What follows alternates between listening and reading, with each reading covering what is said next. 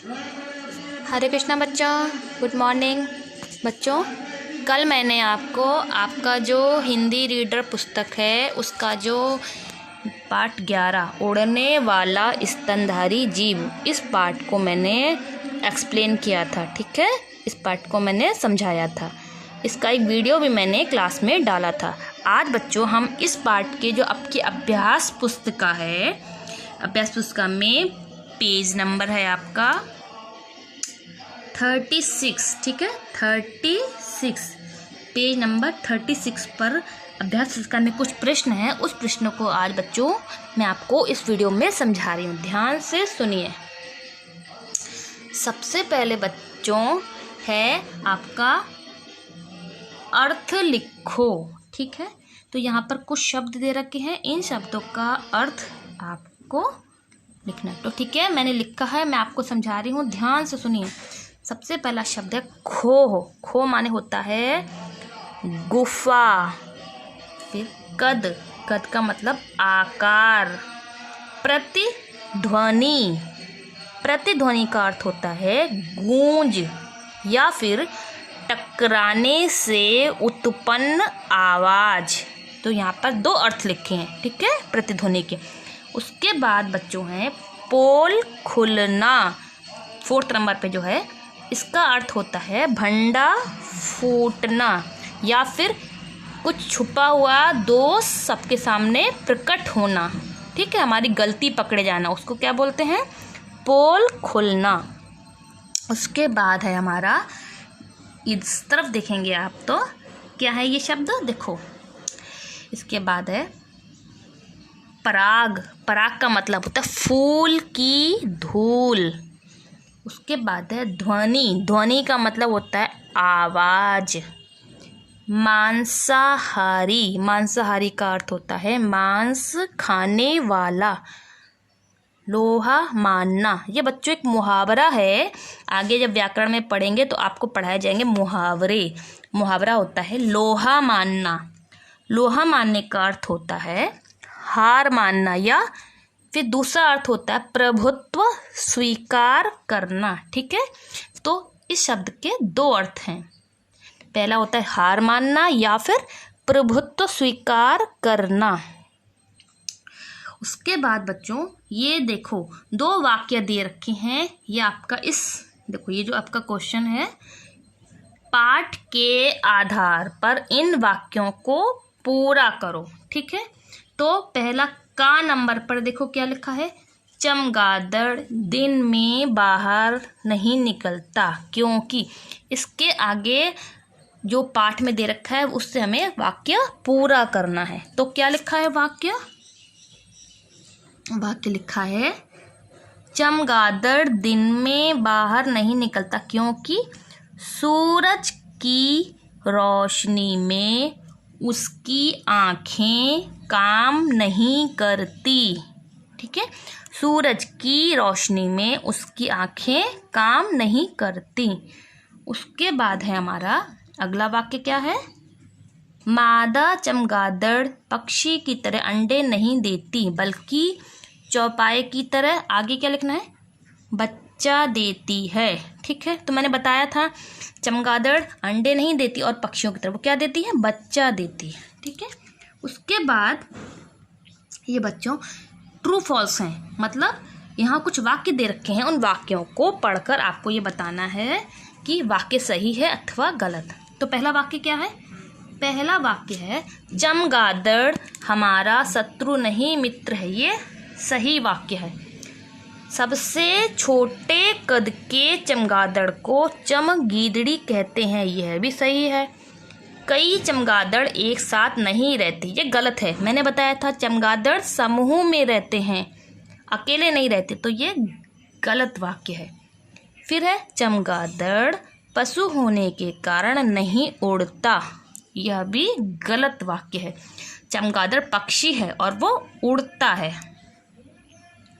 उसके बाद हमारे अगले जो वाक्य हैं वो क्या है, चमगादड़ की अगली टांगें लंबी होती हैं और पिछली टांगें छोटी होती हैं, तो ये सही वाक्य है। फिर क्या है, चममादा चमगादड़ अंडे देती है, यह गलत है। चमगादड़ क्या देती है? बच्चे देती है। फिर क्या है? चमगादड़ समूह में रहना पसंद करता है, यह सही वाक्य है।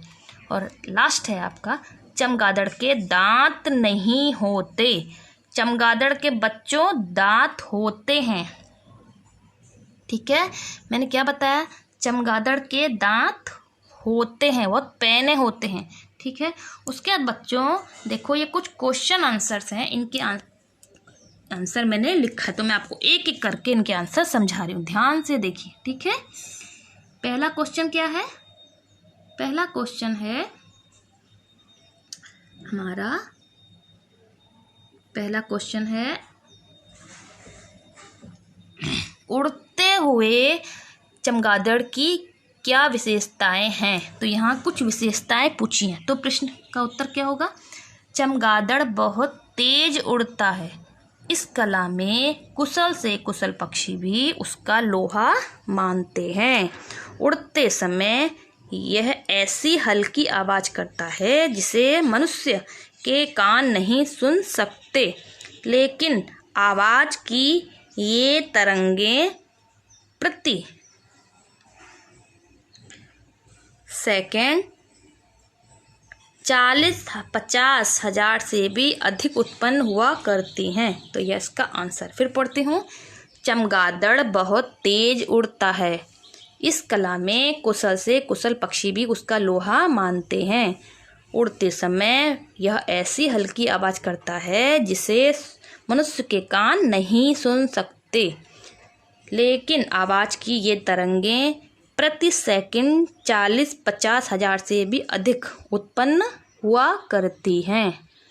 ठीक है, उसके बाद हमारा अगला क्वेश्चन क्या है? अगला क्वेश्चन है, चमगादड़ का परिचय निम्नलिखित शीर्षकों में दो। तो यहाँ बच्चों कुछ शीर्षक दिए हैं, है ना, इस क्वेश्चन में, तो उन शीर्षकों में हमको उसका उत्तर लिखना है। तो हमारा पहला शीर्षक क्या है? पहला शीर्षक है रंग और रूप। मतलब ये पूछा है चमगादड़ का रंग और रूप कैसा होता है। ठीक है, तो रंग रूप, चमगादड़ बहुत शांत और चुपचाप रहने वाला दुबला पतला जीव है। साधारणतया यह काले और भूरे रंग का होता है। ठीक है, उसके बाद अगला है शीर्षक है रहने का स्थान। चमगादड़ छोटी सी खो तथा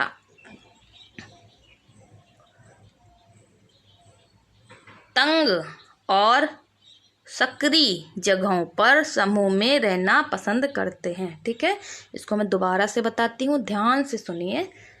चमगादड़ छोटी सी खो, तंग और सक्रिय जगहों पर समूह में रहना पसंद करते हैं।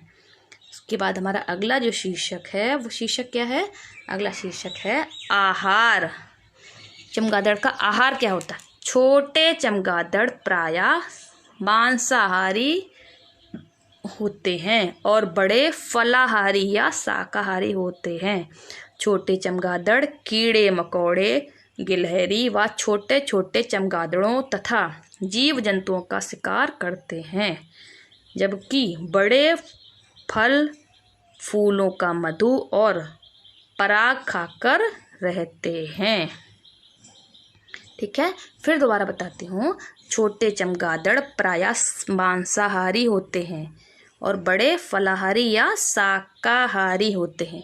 छोटे चमगादड़ कीड़े मकोड़े, गिलहरी, छोटे छोटे चमगादड़ अथवा जीव जंतुओं का शिकार करते हैं, जबकि बड़े फल फूलों का मधु और पराग खाकर रहते हैं। उसके बाद हमारा अगला क्वेश्चन है अगला क्वेश्चन क्या है हमारा?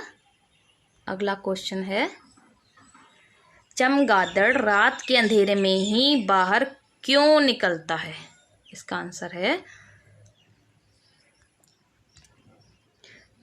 चमगादड़ रात के अंधेरे में ही बाहर इसलिए निकलता है क्योंकि सूरज की रोशनी से उसकी आंखें काम नहीं करती, सूरज की रोशनी में चमगादड़ की आंखें काम नहीं करती। ठीक है, उसके बाद हमारा अगला क्वेश्चन है और लास्ट क्वेश्चन है ये, चमगादड़ किस तरह हमें लाभ पहुंचाता है?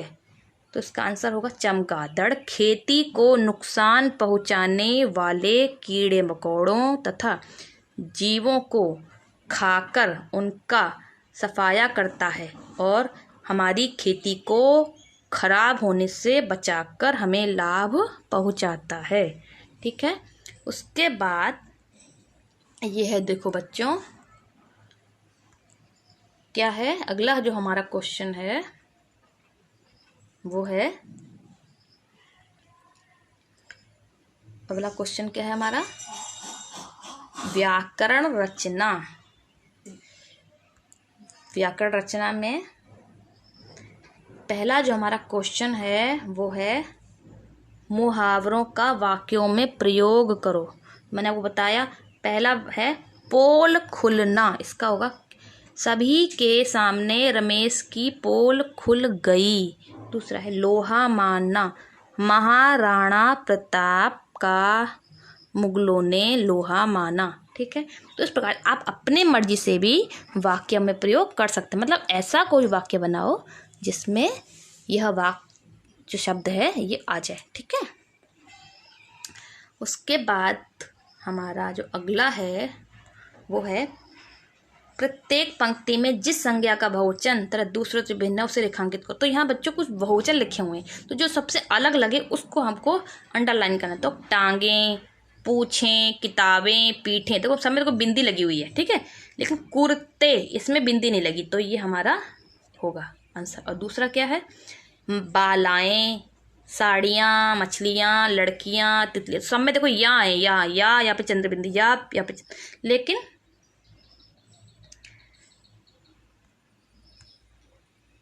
बालाएं इसमें नहीं, तो ये यहाँ पे बालाएं और दूसरा कुर्ते। ठीक है, उसके बाद हमारा जो अगला क्वेश्चन है वो क्या है, सही जोड़े बनाओ। यहाँ कुछ शब्द दे रखे हैं, इनको इनसे मिलाना है। तो टकराने से उत्पन्न होने वाली प्रतिध्वनि, फूल की धूल पराग, काले भूरे रंग की स्लेटी और शरीर पर बालों की भरपूर रोएदार। ठीक है, उसके बाद हमारा ये देखो यहाँ कुछ खाली स्थान है, यहाँ पर क्या करना है हमको, रिक्त स्थानों में उचित शब्द भरना है। तो यहाँ पे देखो दो शब्द रिक्त, तो सही शब्द भरना है। तो पहला देखो क्या है, पैने दांत, अगली टांग, धीमी चाल, मेरी देखभाल, उसकी आंखें, छोटी सी खो, लंबी दूरी और हमारी मदद। तो यहाँ पर मैंने देखो ये जो मैंने अंडरलाइन किया है यही शब्द इसमें भरने हैं। देखो पैने, ठीक है, क्या क्या शब्द है देखो, पैने, अगली, धीमी, मेरी, उसकी, छोटी सी। ठीक है, उसके बाद है हमारा अगला जो क्वेश्चन है वो क्या है, देखो यहाँ पर क्रियाओं को रेखांकित करो और कोष्टक में उसका काल, मतलब ये कुछ वाक्य लिखे हैं, इसकी क्रिया क्या है और क्रिया कौन से काल में हो रही है, मतलब वर्तमान काल में हो रही है, भूतकाल में हो रही है या भविष्य काल में हो रही है, वो हमें लिखना है। तो चमगादड़ उड़ता है, ये क्या है, वर्तमान काल। शिकार की खोज में जा रहा है, ये भी वर्तमान। चमगादड़ बैठी होगी, ये भविष्य काल। उसके बाद है वह उड़ा, भूतकाल। वह उड़ रहा था, ये भी भूतकाल। वह शिकार की खोज में जा रहा था, ये भी भूतकाल। उसने शिकार किया होगा, ये भविष्य काल। उसने शिकार किया, ये वर्तमान काल। ठीक है, और इसके बाद हमारा एक और है, उसने शिकार किया था, ये भी भूतकाल। ठीक है, उसके बाद यहाँ पर क्या है देखो, इस पाठ से 3 सर्वनाम शब्द, 3 विशेषण शब्द और 3 क्रिया विशेष शब्द चुनने हैं। तो सर्वनाम शब्द क्या है, यह, वह, उसकी। विशेषण शब्द क्या है, लंबी, तेज, छोटी। क्रिया विशेषण शब्द क्या है, इधर उधर, हल्की, खूब। ठीक है ना, उसकी खूब लड़ाई, तो कैसी हुई, खूब लड़ाई। और हल्की, उसकी चाल कैसी, उसकी आवाज़ कैसी है, धीमी हल्की आवाज़।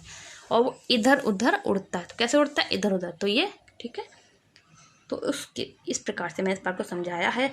और ये देखो ये चित्र है, इसको अपनी कॉपी पे बनाओगे, इसे कलर करोगे। ठीक है, हरे कृष्णा बच्चों।